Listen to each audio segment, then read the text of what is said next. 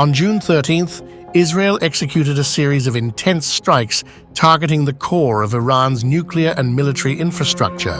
Utilizing warplanes and drones that had been covertly imported into the nation, these attacks aimed at critical facilities and resulted in the deaths of high-ranking generals and prominent scientists. Israel claimed that the missile attacks were crucial to prevent its rival from advancing in the development of a nuclear weapon. However, both experts and the US government have determined that Iran was already in the process of pursuing such a capability prior to the assaults.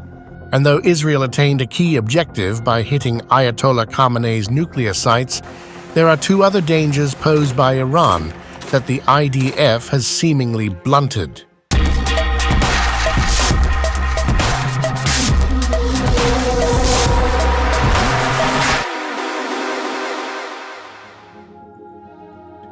Analysts say Iran has devised a strategy consisting of three key components aimed at creating an existential threat to Israel. Remember, Iran opposes the Jewish state's existence. For decades, Iran has considered the United States and Israel to be among the greatest threats to the Shia theocracy. After the 1979 revolution, the new Islamic Republic labeled the United States the Great Satan and Israel the Little Satan. The most dangerous component of Iran's strategy is its nuclear program. A recent report by the IAEA, the United Nations nuclear watchdog, stated Iran further increased its stockpile of uranium enriched to near weapons-grade levels. The UN nuclear watchdog report raised a stern warning, saying Iran is now the only non-nuclear weapon state to produce such material. In the days leading to Israel's strike on Iran, the IAEA chief repeatedly warned Tehran had enough uranium enriched to near weapons-grade levels to make several nuclear bombs if it chose to do so. The next component of Iran's strategy to create an existential threat to Israel is its missile program. Iran and Israel are distanced by over 1,000 kilometers, with Iraq and Jordan lying in between them. Consequently, a ground invasion appears improbable, leading both nations to depend on missile strikes as their primary means of warfare. Among the countries in the Middle East, Iran possesses one of the largest and most diverse missile inventories.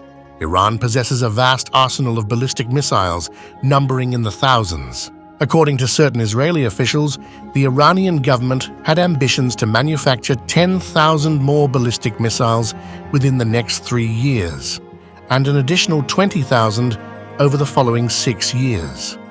Notably, even in the absence of nuclear capabilities, each of these missiles can be equipped with up to 1,000 kilograms of TNT, possessing the potential to claim the lives of hundreds in a single strike.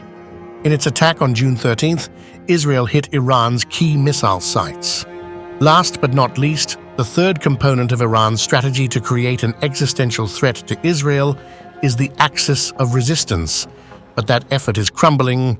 Iran's decades-long strategy of building an axis of resistance supporting militants around the region is falling apart. First came the crushing Israeli campaign in Gaza, triggered by the October 7, 2023, attack on Israel by Iranian-backed Hamas. Gaza was spawned another in Lebanon, where Israel has mauled Iran's most powerful ally, Hezbollah.